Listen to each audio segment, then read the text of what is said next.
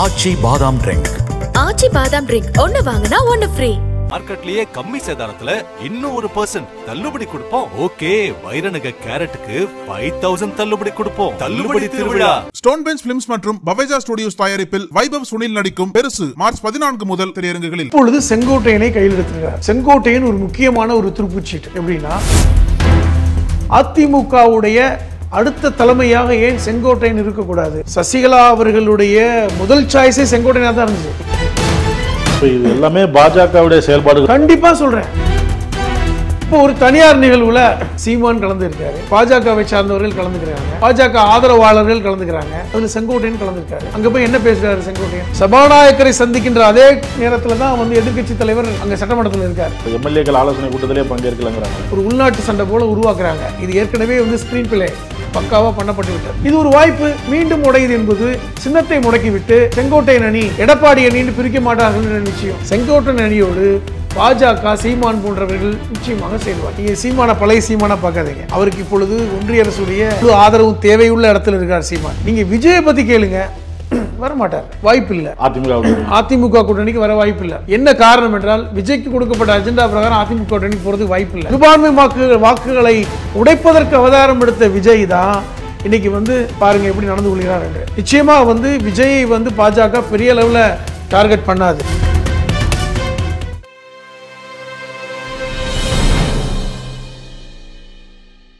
நக்கீரன் நேயர்களுக்கு வணக்கம்.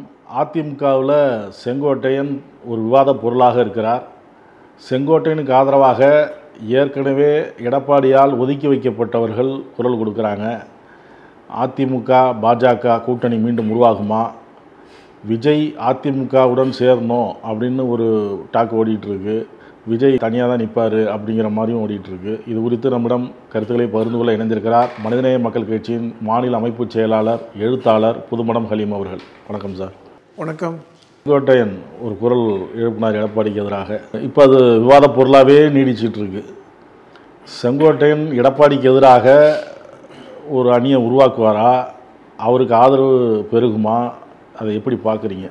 அதாவது, பாரதிய ஜனதா கட்சி தமிழ்நாட்டில் 2வது கட்சியாக உருவெடுக்க வேண்டும் என்கிற அந்த கோட்பாட்டின் அடிப்படையில் அவர்கள் அதிமுகவை உடைக்கின்ற பல்வேறு விதமான யுக்திகளை கையாண்டு வருவதை பார்க்குறோம்.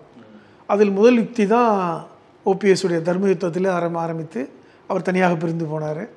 டிடிவி இதெல்லாம் பெரிய அளவில் அவர்களுக்கு வெற்றியை கொடுக்கல. இப்போ மீண்டும் வந்து பாஜகவோடு அதிமுக கூட்டணி சேர வேண்டும் என்கிற குரலை அதிமுகவிற்குள் ஒழிக்க செய்கின்ற வேலையும் செய்கிறாங்க. இது ஒரு பக்கம். ஆனால் தெளிவாக ஒரு விஷயத்தை எடப்பாடி என்ன பண்ணுறாருன்னா, பாஜகவோட கூட்டணி இல்லை அப்படிங்கிறத திருப்பி சொன்னார். ஆனால் நெருக்கடிகள் தொடர்ந்து போய்கொண்டே இருந்தன. இப்பொழுது செங்கோட்டையனை கையில் எடுத்திருக்கிறார். செங்கோட்டையன் ஒரு முக்கியமான ஒரு துருப்புச்சீட்டு. எப்படின்னா, இப்போ நீங்கள் ஓபிஎஸ்ஓ அல்லது சசிகலாவோ இல்லை டிடிவியோ முக்குளத்தூர் சமூகத்தை சார்ந்தவர்கள், தென்னகத்தை சார்ந்தவர்கள். இன்றைக்கி அவர்கள் எல்லாம் வந்து ஒரு குறிப்பிட்ட சமூகத்தை சார்ந்தவர்கள்ங்கிற பிம்பம் கட்டமைக்கப்பட்டு வருகிறது. ஆனால் எடப்பாடி அவர்கள் வந்து கொங்கு பெல்ட்டை சார்ந்தவர். அப்போ அந்த கொங்கு பெல்ட்டை சார்ந்த ஒருத்தர் முதல்வராக இருந்தார், அதிமுகவுடைய தலைமையில் இருக்கிறார் என்கிற அந்த பெருமை அந்த கொங்கு பெல்ட் மக்களுக்கு இருந்துக்கிட்டே இருக்கு. நம்ம ஊரை சார்ந்த ஒருத்தர் சிஎம் ஆகணும், எடப்பாடி எப்படியோ ஆனால் எங்கள் ஊருக்காரர் அப்படிங்கிற எங்கள் சமூகத்தை சார்ந்தவர், இப்படியெல்லாம். அப்போ இது உடைபடலை. அதனால தான் கொங்கு பெல்ட்டில் அதிமுக பலமாக இருக்கிறதுங்கிற மாதிரியான ஒரு தோற்றத்தை ஏற்படுத்த முயற்சிக்கிறாங்க. ஆனால் இன்னொரு பக்கம் பாஜக நாங்கள் தான் கொங்கு பெல்ட்டில் பலமாக இருக்குங்கிற ஒரு தோற்றத்தை ஏற்படுத்த முயற்சி பண்ணாங்க. அதில் பெரிய வெற்றி பெறலை. காரணம், அதே கொங்கு பெல்ட்டில் தொற்று போனார் தேர்தலில், எல்முருகன் தொற்று போன வரலாறுலாம் இருக்கிறது. அப்போ எப்படி அப்போ அதிமுகவோடு பாஜக கூட்டணி சேர்ந்தால்தான் பாஜக இங்கே காலூன்ற முடியும் அப்படிங்கிறது ரொம்ப தெளிவான ஒரு விஷயம். சமீபத்தில் ஓபிஎஸ் உடைய பேட்டி கொடுக்கும்போது கூட சொன்னார், நானும் அமித்ஷா அவர்களும் பல தடவை இபிஎஸ்ட சொல்லியும் இபிஎஸ் கேட்கல, எடப்பாடி கேட்கல, அதை வந்து அவர் கேட்காதனால தான் அதிமுக இந்த அளவுக்கு தோல்விக்கு காரணம் அப்படின்னு சொல்கிறார். அப்போ ஓபிஎஸ் வந்து ஒரு பாஜக முகமாக பேச தொடங்கி ரொம்ப காலம் ஆயிடுச்சு. அப்போ இப்போ நமக்கு ஒரு ஃப்ரெஷ்ஷான ஒரு ஆள் வேணும். ஒரு திருப்பி நீங்கள் ஓபிஎஸ்ஸையே மறுபடியும் அதிமுகவில் சண்டைன்னு கொண்டு வந்தால் மக்கள் நம்ப தயாராக இல்லை. அதிமுக தொண்டர்களே நம்ம தயாராகல, அவர் தான் பிரிஞ்சு போயிட்டாரே அப்படிங்கிற இடத்துக்கு. அப்போ அதிமுகவில் இருக்கின்ற ஒரு முக்கிய தலைமை வந்து மீண்டும் ஒரு கழகம் ஏற்படுத்தினால்தான் அங்கே ஒரு சலசலப்பு ஏற்படும். ஏற்கனவே அதிமுகவுடைய சின்னத்துக்கு பிரச்சனை இருந்துக்கிட்டு தான் இருக்குது, அது மேலே கத்தி தொங்கிக்கிட்டு தான் இருக்குது. தேர்தல் ஆணையத்தில் அந்த சின்னத்துடைய நிலைமை என்னங்கிறத முடிவு பண்ணலாம் அப்படிங்கிறத நீதிமன்றம் சொன்னதிலிருந்து இப்போ சின்னத்தை முடக்கலாம் அப்படிங்கிற ஒரு வாய்ப்பு இருந்துக்கிட்டே இருக்குது. அப்போ அதிமுகவிற்குள் ஒரு கழகம் ஏற்படணும். ரெண்டாவது, கொங்கு பெல்ட்டை சார்ந்த ஒரு தலைவர் தான் அந்த கழகத்தை ஏற்படுத்தணும். அப்போ ரீப்ளேஸ்மெண்ட், இப்போ எடப்பாடிக்கு ஒரு ரீப்ளேஸ்மெண்ட் வந்து தென்னகத்தை சார்ந்தவர் வர முடியாது, அல்லது வந்து வேறு சமூகத்தை சார்ந்த ஒருத்தரை கொண்டு வந்தால் அது ஒர்க் அவுட் ஆகாது. ஆனால் கொங்கு பெல்ட்டை சார்ந்த அந்த சமூகத்தை சார்ந்த செல்வாக்கான ஒரு தலைவர் ஒரு கழகம் ஏற்படுத்தினா அது வந்து அந்த அதிமுக தொண்டர்களை வந்து பெரிய அளவில் அது வந்து திசை திருப்பாது. ஏதோ ஒன்று நடக்குது அப்படின்னு கொங்கு பெல்ட் மக்களும் இவர் இல்லைன்னா அவர் அப்படிங்கிற இடத்துக்கு நகர்ந்துருவாங்க. அதற்கு சரியான சாய்ஸ் தான் செங்கோட்டையன்.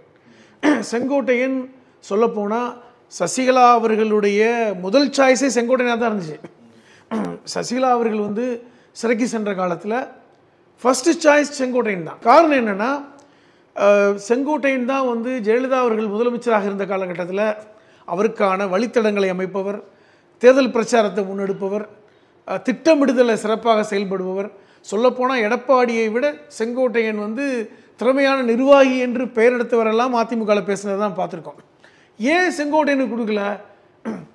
நிச்சயமாக பணம் தான், ஒரு பெரும் பணம் அங்கே இருக்குது, அது வந்து கைமாறி இருக்கிறதுங்கிற மாதிரியான பேச்சுகளை நம்ம மறுப்பதற்கு இல்லை.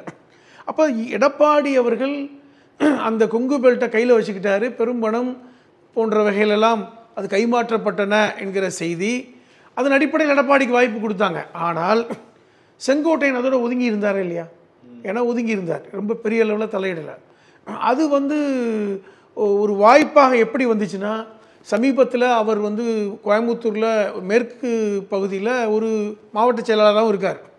அந்த பகுதியை சார்ந்த நிர்வாகிகளை மாநில நிர்வாகிகளாக அவற்றை கேட்காம எடப்பாடி போட்டார் அப்படிங்கிறதான் பிரச்சனை வந்தது அவங்களுக்குள்ள. நாடாளுமன்ற எலெக்ஷன்லேயே வேட்பாளர்களை தன்னை கேட்கல, இப்படிலாம் சிக்கல் இருந்தது. இதை பாஜக பயன்படுத்திக்கிட்டது. அதான் ஒன்று, வெயிட் பண்ணிகிட்டே இருந்தாங்க. இப்போ கொங்கு பெல்ட்டில் ரொம்ப வந்து புகழ்பெற்ற அல்லது செல்வாக்கான தலைவர்கள்னு பார்த்தீங்கன்னா எடப்பாடிக்கு அப்புறம் தங்கமணி, வேலுமணி, செங்கோட்டையன், இவர்கள் தான். இப்போ வேலுமணி, தங்கமணி வந்து பார்த்தீங்க அப்படின்னா அவர்கள் வந்து முழுக்க பண ரீதியாக எடப்பாடியோடு நெருக்கமாக இருக்காங்க, ஒன்று. இரண்டாவது, வேலுமணி தங்கமணிலாம் வந்து பெரிய அளவில் வந்து மக்கள் மத்தியில் பெரிய செங்கோட்டையனை ஒப்பிடும்போது செல்வாக்கு இல்லை. இரண்டாவது, அவர்கள் மேலும் ஊழல் குற்றச்சாட்டு இருக்கு. ஆரம்பத்தில் வேலுமணி தான் டார்கெட் செய்யப்பட்டார் பாஜகவால், ஆனால் அவர் மேல் ஊழல் குற்றச்சாட்டு இருக்குங்கிற அந்த இது இருந்தது. செங்கோட்டையன் மேலே பெரிய அளவில் ஊழல் குற்றச்சாட்டு இல்லை. அப்போ செங்கோட்டையனுடைய இந்த விஷயத்தை பயன்படுத்திக்கிட்டு தான் இன்றைக்கி பாஜக எப்படி காய் நகர்த்துறாங்கன்னா, அதிமுகவுடைய அடுத்த தலைமையாக ஏன் செங்கோட்டையன் இருக்கக்கூடாது அப்படிங்கிற இடத்துக்கு நகர்த்துறாங்க. இப்போ இது எல்லாமே பாஜகவுடைய செயல்பாடுகள் தான். கண்டிப்பாக சொல்கிறேன், இது பாஜகவுடைய செயல்பாடு தான். இப்போ ஒரு தனியார் நிகழ்வில் எப்படி கலந்துக்கிட்டாங்க? சீமான் கலந்து இருக்காரு, பாஜகவை சார்ந்தவர்கள் கலந்துக்கிறாங்க, பாஜக ஆதரவாளர்கள் கலந்துக்கிறாங்க, பத்திரிகையாளர்கள் எல்லோருமே பாஜக ஆதரவு மனநிலையில் உள்ளவர்கள். அதில் செங்கோட்டையன் கலந்துருக்காரு. தேஜஸ்வி கலந்து கொள்ள வேண்டிய மேடை அது. என்ன அர்த்தம்? அங்கே போய் என்ன பேசுகிறாரு செங்கோட்டையன்? எம்ஜிஆர் அவர்களை புகழ்ந்து பேசுகிறார், புகழ்ந்து பேசட்டும். கட்சி தலைவர் ஜெயலலிதா அவர்களை புகழ்ந்து பேசுகிறார், புகழ்ந்து பேசட்டும். காரணம், ஜெயலலிதாவோடு நெருக்கமாக இருந்தவர்கள் செங்கோட்டையனும் ஒருத்தர். இந்திரா காந்தியை புகழ்ந்து பேசுகிறார், அது நமக்கு கருத்து கிடையாது. இந்திரா காந்தி அவர்கள் முன்னாள் பாரத பிரதமர், ஜெயலலிதாவோடு ஒப்பிட்டு பேசுகிறார், அந்த அளவுக்கு தைரியமான பெண்மணி என்று. ஏன் மோடியை புகழ்ந்து பேசணும்? மோடி ஒரு ஆகச்சிறந்த பிரதமர், ஆகச்சிறந்த தலைவர்கள் ஒருவர்னு ஏன் பேசணும்? அது அதிமுகவுடைய கொள்கைக்கு மாற்றான ஒரு விஷயம் தானே. இன்றைக்கி ஏன் வந்து அவர்களுக்கு சங்கடத்தை கொடுக்குறீங்க? இன்றைக்கி வந்து உங்களுடைய தலைமையை கேட்காம, கொறடாவை கேட்காம நீங்கள் போய் சபாநாயகரை பார்த்து உங்களுடைய தொகுதிக்காக பேசுகிறேன்னு சொல்கிறீங்க. இது உங்களுடைய சட்ட விதிகளை மீறுற ஒரு விஷயம் தானே. நீங்கள் தலைமைக்கு சட்டமன்ற உறுப்பினருங்கிற முறையில் சபாநாயகரை சந்திக்கிறதுல ஒன்றும் தவறு இல்லைன்னு தானே சொல்கிறாங்க. கொறடாவை சொல்லிட்டு போகணும்ல, அவர்களுக்குன்ட்டு ஒரு கொறடா இருக்காங்கல்ல, அதிமுகவுடைய சட்டமன்ற கொறடா இருக்காங்க, அவங்க சந்திக்கணும். அது யார் இருக்கார்? வேலுமணி இருக்கார், அவர்கிட்ட ஒரு வார்த்தை சொல்லணும். இல்லை குறைந்தபட்சம் அவருடைய பொதுச் செயலாளரிடம் வந்து நான் அந்த மாதிரி பார்க்க போகிறேங்கிற தகவலையாவது சொல்லணும். எதுக்குமே சொல்லலை. சபாநாயகரை சந்திக்கின்ற அதே நேரத்தில் தான் வந்து எதிர்க்கட்சி தலைவர் அங்கே சட்டமன்றத்தில் இருக்கார். சட்டமன்ற உறுப்பினர்கள் அங்கே அவர் கூட இருக்காங்க. அவர் தான் 2 நாளாக எம்எல்ஏக்கள் ஆலோசனை கூட்டத்திலே பங்கேற்கலங்கிறாங்களே. ஆலோசனை கூட்டத்தில் பங்கேற்கல, மீட்டிங்கில் எடப்பாடியை பற்றி பேசுறது இல்லை. அவர் நடத்திய கூட்டத்தில் வந்து எடப்பாடிக்கு நிகராக தன்னுடைய ஃபோட்டோவை போட்டார். இது எல்லாமே வெட்ட வெளிச்சம் தானே. இப்போ என்ன கொந்தளிப்பு என்றால், இது கொஞ்சம் கொஞ்சமாக ஒரு உள்நாட்டு சண்டை போல் உருவாக்குறாங்க. இது ஏற்கனவே வந்து ஸ்க்ரீன் பிளே பக்காவாக பண்ணப்பட்டு விட்டது. அது வந்து எப்படி என்றால், ஒன்று எடப்பாடி பணிந்து போகணும். எடப்பாடி பணிந்து போய் அதிமுக பாஜக கூட்டணிக்கு வரணும் முக்கியமாக. ஆனால் எடப்பாடிகிட்ட ஒரு சிக்கல் இருக்கிறது என்னென்னா, பாஜக கூட்டணி வேண்டாம்ங்கிற அந்த இதில் உறுதியாக தான் இருக்கார். ஆனால் அவர் உறுதியை குலைக்கும் விதமாகத்தான் இவ்வளவு செயல்கள் நடக்கின்றன. முக்கியமாக நீங்கள் இப்போ சின்ன முடக்கப்படுகின்ற ஒரு சூழல் எப்படி வரும்? இப்போ நல்லா பாருங்கள், ஓபிஎஸ்ஓ அவர் அந்த மனநிலைக்கு வந்துட்டாருன்னு சொல்கிறாங்களே. இல்லைங்க, ஓபிஎஸ் தினகரன்லாம் இப்போ பிரிஞ்சு போயிட்டாங்க. இப்போ அதிமுக மீண்டும் உடைந்துன்னு வச்சுங்க. இப்போ அதிமுக இப்போ வந்து எடப்பாடியின் கீழே தான் இருக்குது, அதில் மாற்றுக்கிறது கிடையாது. அது மீண்டும் உடையுதுன்னு வைங்க. மீண்டும் உடைந்து சில எம்எல்ஏக்கள் வந்து அல்லது பொதுக்குழு உறுப்பினர்கள் வந்து செங்கோட்டையனுக்கு சப்போர்ட் பண்ணுறாங்கன்னு மாதிரி ஒரு குழப்பம் ஏற்பட்டால் அது தேர்தல் கமிஷனுக்கு போகும். ஏற்கனவே தேர்தல் கமிஷன் இந்த சின்ன விஷயத்தில் முடிவெடுக்கலாம் என்று உச்சநீதிமன்றம் சொல்லியிருக்காங்க. இது ஒரு வாய்ப்பு. மீண்டும் உடையுது என்பது சின்னத்தை முடக்கிவிட்டு செங்கோட்டையன் அணி எடப்பாடி அணின்னு பிரிக்க மாட்டார்கள் என்ற நிச்சயம். அப்படி பிரித்தால் செங்கோட்டையன் அணியோடு பாஜக சீமான் போன்றவர்கள் நிச்சயமாக சேருவார்கள். சீமான் தான் ஏற்கனவே தனிட்டாங்களே. ஏங்க இந்த பத்திரிகை இந்த இவங்க கூட்டத்தில் போய் கலந்துக்கிட்டாரு. அது கூட்டம் கலந்துக்கிறது அது வேற. எல்லாம் தெரிஞ்சுக்கங்க. நீங்கள் அது இன்னும் நம்புறீங்க சீமானை. சீமான் வந்து மீன் வேணா பாருங்க. இந்த அளவுக்கு இப்போ கட்சி அங்கீகாரம் பெற்ற அளவுக்கு வந்தது காரணமே தொடர்ந்து தனித்து இருக்கிறதுனால இல்லைங்க. இனி மீண்டும் மீண்டும் பயிற்சி களம் வேண்டான்னு சீமான் நினைக்கலாம். இது வரைக்கும் பயிற்சி களம் எடுத்துட்டாரு. இனி வந்து முயற்சி தான். அவர் இனி வந்து தங்களுடைய கட்சிக்காரர்கள் எம்எல்ஏ ஆக்கணும், எம்பி ஆக்கணும் இடத்துக்கு நகர்ந்துட்டார். அவர் அதிகாரத்திற்கு போகணும்னு பேச ஆரம்பிச்சிட்டார். அதனால் அவர் நிச்சயமாக அந்த கூட்டணிக்குள் வருவார். நீங்கள் விஜயை பற்றி கேளுங்க, வரமாட்டார். வாய்ப்பு இல்லை. அதிமுக கூட்டணிக்கு வர வாய்ப்பு இல்லை. என்ன காரணம் என்றால், விஜய்க்கு கொடுக்கப்பட்ட அஜெண்டா பிரகாரம் அதிமுக கூட்டணிக்கு போகிறதுக்கு வாய்ப்பு இல்லை. நான் இதை ஏன் நீ சொல்வது கூட உங்களுக்கு அதிர்ச்சியாக இருக்கும். தமிழ்நாட்டில் சிறுபான்மை மக்கள் என்று சொல்லக்கூடிய கிறிஸ்துவர்களும் முஸ்லீம்களும் கிட்டத்தட்ட 15 விழுக்காடுக்கு மேலே இருக்காங்க. 8 விழுக்காடு கிறிஸ்துவர்கள் இருக்காங்க, 7 விழுக்காடு முஸ்லீம்கள் இருக்காங்க. இவர்கள் 15 விழுக்காடு இருக்காங்க. இந்த 15 விழுக்காடில் பெரும்பான்மையாக வாக்குகள் திமுக கூட்டணிக்கு தான் போகுது. அது மாற்றுக்கிறதே கிடையாது. இது கடந்த வந்த ஒரு 10 தேர்தல்களில் பார்த்துட்டோம். அது அதிமுகவுக்கு போகலை. அப்போ அதிமுகவுக்கு போனால் தான் அந்த ஓட்டு பிரியும். எடப்பாடியே சிறுபான்மை மக்கள் நம்பலைங்கிற மாதிரி ஒரு தோற்றம் ஏற்பட்டிருக்கு. என்னதான் வந்து பாஜக அவர் திட்டினாலும் அந்த தோற்றம் ஏற்பட்டிருக்கிறது. அப்போ சிறுபான்மை மக்களுடைய வாக்குகள் அதிமுகவிற்கு போகலை, பாஜக கூட்டணிக்கு நிச்சயமாக போகாது. அப்படிங்கிற பட்சத்தில் அது திமுகவை விட்டு விலக வேண்டும், பிரிக்க வேண்டும் என்கிற ஒரு அஜெண்டா தான் விஜய். என்ன பாருங்க, அவர் முழுக்க சிறுபான்மை வாக்குகளை பிரிக்கணும். ஏன்னா விஜயுடைய அந்த பப்ளிக் ஃபிகர் பார்த்தீங்கன்னா, அவர் வந்து 2 பேரையுமே தாக்கி பேசக்கூடியவர். நிச்சயமாக விஜயோட ரசிகர்களாக எல்லா சமூகத்தை சார்ந்தவர்கள் இருக்காங்க. அவர்கள் மேலே விஜய் மேலே வந்து இப்போது வந்து பாசிச முத்திரை பெருசாக விழலை. ஆனால் அவர் நடவடிக்கை எல்லாமே பார்த்தீங்கன்னா இதை நோக்கித்தான் நகர்கிறது என்கிற அந்த ஒரு அனுமானத்திற்கு இன்றைக்கி கட்சியில் அந்த திமுக கூட்டணியில் வந்துட்டாங்க.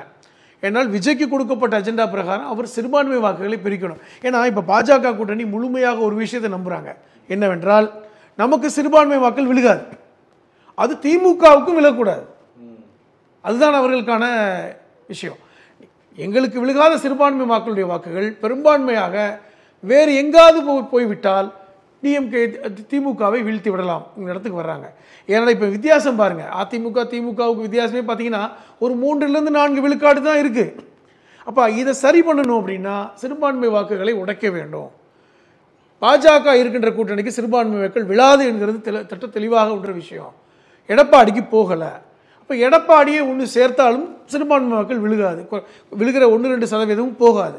அப்போ முழுமையாக அங்கே போகவில்லை என்றால் திமுக கூட்டணி வெற்றி பெறுவதற்கு அதிகமான வாய்ப்புகள் இருக்குது. அதுதான் இங்கே உள்ள நிலவரம். அதை உடைப்பதற்காகவே வந்தவர் தான் விஜய். அதை உடைப்பதற்காகவே அவதாரம் எடுத்தவர் தான் விஜய். அப்படி தான் நீங்கள் சொல்லணும். சிறுபான்மை வாக்குகளை உடைப்பதற்கு அவதாரம் எடுத்த விஜய் தான் இன்றைக்கி வந்து பாருங்கள் எப்படி நடந்து கொள்கிறார் என்று. நீங்கள் இன்றைக்கி இஃப்தாரில் எப்படி நடந்துக்கிறாரு, சிறுபான்மை மக்கள் விஷயத்தில் எப்படி பேசுகிறாரு, அதற்கான ஒரு சூழலை எப்படி கிரியேட் பண்ணுறாங்கன்னு நீங்கள் பார்க்கணும். நிச்சயமாக வந்து விஜயை வந்து பாஜக பெரிய அளவில் டார்கெட் பண்ணாது. ஏன்னா அவர் முழுக்க முழுக்க வந்து இப்போ எடப்பாடியே இப்போ ஒரு வார்த்தையை சொல்கிறார். என்ன சொல்கிறாரு, எனக்கு வந்து முழுக்க எதிரி திமுக தான் அப்படிங்கிற வார்த்தையும் பயன்படுத்துகிறார். ஏன்னா அவருக்குமே இப்போ மதில் மேல் பூனை தான். இவ்வளவு பிரச்சனைக்கு பேசாமல் பாஜகவோட கூட்டணி வச்சுட்டா தலைமை நமக்கு இருந்துக்கலாம்னு எண்ணம் கூட வரலாம் அவருக்கு. பட் இருந்தாலும் அப்படி போய்விட்டால் ஓபிஎஸ் போன்றவர்கள் உள்ளே வந்து விடுவார்கள், டிடிவி போன்றவர்கள் உள்ளே வந்து விடுவார்கள் என்ற அச்சம் மட்டும்தான் எடப்பாடிக்கு இருக்கு.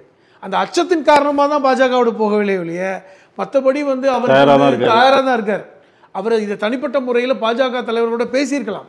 எனக்கு இந்த அச்சம் இருக்கிறது, ஓபிஎஸ்ஸையும் தினகரனையும் நீங்கள் உள்ளே இழுக்காமல் இருந்தால் நீங்கள் உங்கள் கூட்டணியில் வச்சுக்கோங்க, என் கட்சியோட இணைக்கின்ற எந்த வேலையும் பண்ணாமல் இருந்தால் வாய்ப்பு இருக்கலாம்ங்கிற எண்ணம் எடப்பாடிக்கு இருக்கிறது. ஆனால் இது வேலைக்கு ஆகாது, அவர்களும் வரணும் அப்படிங்கிறது பாஜகவுடைய அஜெண்டா.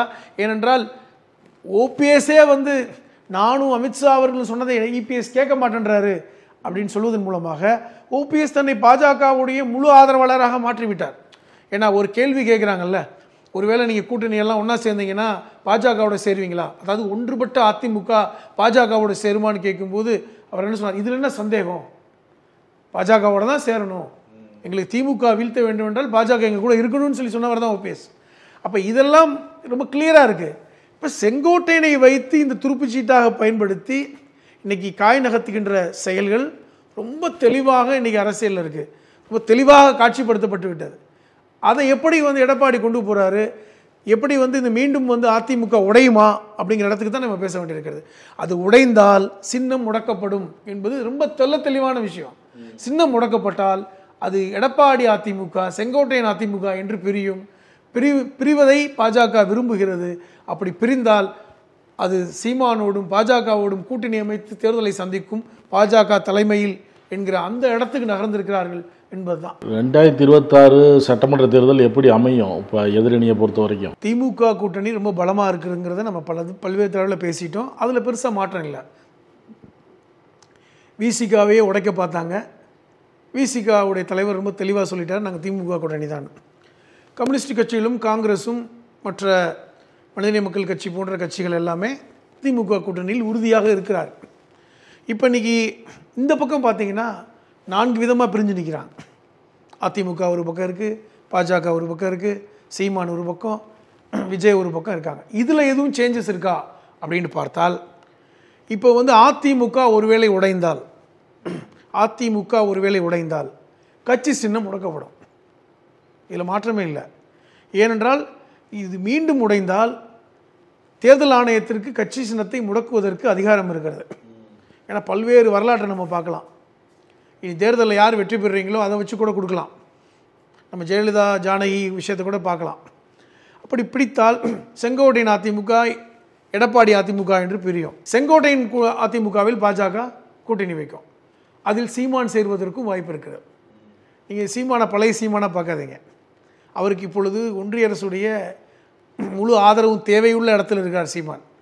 ஏன்னா பல்வேறு வழக்குகள், பல்வேறு பிரச்சனைகள், அதனால் வந்து அவர் இனி ஒன்றிய அரசோட நெருக்கமாக தான் போவார், சேருவதுக்கு வாய்ப்பு இருக்கிறது. விஜய் தனியாக நிற்க தான் வாய்ப்பு இருக்கிறது.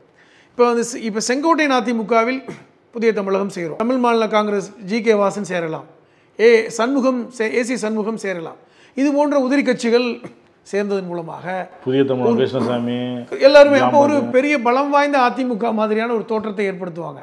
ஒருவேளை சட்டமன்ற தேர்தலில் எடப்பாடி அணி விட அவர்கள் ஏதோ ஒரு சில சட்டமன்ற தொகுதிகளை அதிகம் பெற்றுவிட்டால் அதுதான் உண்மையான அதிமுக என்று தேர்தல் ஆணையம் நினைக்கவும் வாய்ப்பு இருக்கிறது. அப்படி ஏற்பட்டால் செங்கோட்டையனுக்கு முடிசூடவும் வாய்ப்பு இருக்கிறது, எடப்பாடி ஓரங்கட்டவும் வாய்ப்பு இருக்கிறது. இந்த யுக்தி தான் காரணம். என்னவென்றால், ஒன்று எடப்பாடி பணிந்து போய் இவர்கள் எல்லோரையும் அரவணைத்து பாஜகவோடு கூட்டணி வைக்கணும், இதுதான் அவருக்கு இருக்கிற ஒரே வாய்ப்பு. அப்படி ஏற்பட்டு விட்டால் எடப்பாடியை ஒன்றும் டிஸ்டர்ப் பண்ண மாட்டாங்க, செங்கோட்டையனே அமைதியாகிடுவார், எல்லா பிரச்சனையும் சால்வ் ஆகிடும். அதற்கு எடப்பாடி ஒத்துழைப்பு கொடுக்கணும். எடப்பாடி முரண்டு பிடிக்கிறார், அது முக்கியம். இந்த முரண்டு பிடிக்கிறது கடந்த 2 வருடமாக பயங்கரமாக முரண்டு பிடிச்சது தான் இந்த இடத்துக்கு நிற்கிது. அவரை வாழவே விடவில்லை அப்படின்னு தான் அர்த்தம். அவரை வந்து நிம்மதியாக இருக்க விடல. 2 விஷயம். ஒன்று, பாஜகவோடு அதிமுக கூட்டணி வரணும். இவர் மறுக்கிறார். எனக்கு ரொம்ப கஷ்டம், நீங்கள் அதிமுகவை சிதைச்சிருவீங்க, என் தலைமையே போயிடும், கட்சியை காப்பாற்ற முடியாதுன்னு. 2வது, ஓபிஎஸும் டிடிவியும் பாஜகவோடு இருக்காங்க. அப்போ இங்கிட்டு சேர்ந்தாவே என்ன நினைக்கிறாங்க இபிஎஸ், பாஜகவோடு கூட்டணி வைத்து உள்ளே வந்தாலே இவர்கள் ஆதிக்கம் வந்துடும், அவர்களும் கூட்டணிகள் இருப்பாங்க, அது ரொம்ப சிரமமாக போயிடும். இது முழுக்க முழுக்க ஓபிஎஸ்ஸை ஒதுக்கணும் தான் எடப்பாடியோட திட்டமே ஒழிய பாஜகவை ஒதுக்க வேண்டும் அல்ல. அப்போ இது இந்த சிரமத்தை தான் திருப்பி திருப்பி அவர் வந்து அந்த கேரண்டியை கேட்குறார். பாஜகவில் கொடுக்க தயாராக இல்லை. இப்போ எப்படி போகுதுன்னா, எடப்பாடி மீண்டும் ரொம்ப ஸ்ட்ராங்காக வந்து நான் இப்படி தான் இருப்பேன்னு சொன்னார்னா அதிமுக 2ஆக மீண்டும் உடையும். அதுதான் இறுதியான கட்டம். அந்த உடைந்த அதிமுகவோடு இந்த பாஜகவும் மற்ற உதிரி கட்சிகளும் கூட்டணி அமைத்து தேர்தலை சந்திப்பார்கள். எடப்பாடி ஓரங்கட்டப்படக்கூடிய வாய்ப்பு இருக்கிறது. இது ஒரு மிகப்பெரிய ஒரு எடப்பாடி அவர்களுக்கு ஒரு சேலஞ்சு தான். கட்சி சின்னம் முடக்கப்பட்டு தேர்தலை சந்திப்பது என்பது ரொம்ப கடினம். ஏன்னா கட்சி சின்னத்தை வைத்து தான் அவர் வந்து ஒரு வாக்குகளை வாங்கினார். சட்டமன்ற தேர்தலையும் அதுக்கு முன்பு பாராளுமன்ற தேர்தலையும் ஒரு வாக்குகளை வாங்கினதுக்கே அதிமுக அந்த இரட்டலைங்கிற சின்னம் தான். அந்த சின்னம் முடக்கப்பட்டு சந்தித்தால் அது நிச்சயமாக வந்து தொண்டர்களுக்கும் கட்சிக்காரங்களுக்கும் ஒரு குழப்பம் ஏற்படும். யார் பக்கம் சின்னத்தை கொடுக்க போகிறாங்க, தேர்தல் முடிஞ்சு தான் கொடுப்பாங்க. அப்போ பாஜக வந்து யாருக்கு சப்போர்ட் பண்ணுது, செங்கோட்டையனுக்கு சப்போர்ட் பண்ணும், அவர்களுக்கு சின்னம் கொடுக்கப்படலாம், இப்படிங்கிற மாதிரியான ஒரு வந்துச்சுன்னா எடப்பாடி அரசியலில் தோற்று போக வாய்ப்பு இருக்கிறது, கட்சி கைவிட்டு போக வாய்ப்பு இருக்கிறது. இந்த மாதிரியான ஒரு குழப்பமான நிலை இப்பொழுது இருக்கிறது. அது அதிமுக மீண்டும் உடையுமா, சின்னம் முடக்கப்படுமா, பாஜகவோடு கூட்டணி வைக்குமா என்கிற கேள்விகள் தொடர்ச்சியாக அது பல்வேறு கேள்விகள் இருக்கின்றன. இதற்கெல்லாம் விடைகள் வருகின்ற காலங்களில் எடப்பாடி எடுக்க போகின்ற முடிவுகளை பொறுத்து தான் மாறும். பார்ப்போம். நீங்கள் சொல்கிற மாதிரி எடப்பாடி எப்படி இதை சமாளிக்க போகிறாரு அப்படிங்கிறத பொறுத்து வந்து பார்ப்போம். கருத்துக்களை பொறுத்து நன்றி.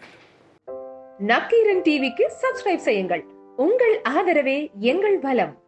ஆசிரியர்களுக்கு நண்பனாகவும் மாணவர்களுக்கு ஆசானாகவும் திகழும் தேர்வு வழிகாட்டி. ஒவ்வொரு பாடத்திற்கும் அனுபவமிக்க ஆசிரியர்களின் துல்லியமான தெளிவான விடைகள். CNC இருக்கு, தேர்வு பயம் எதற்கு? இது தீரன் பப்ளிஷிங் ஹவுஸ் விற்பனை வெளியீடு.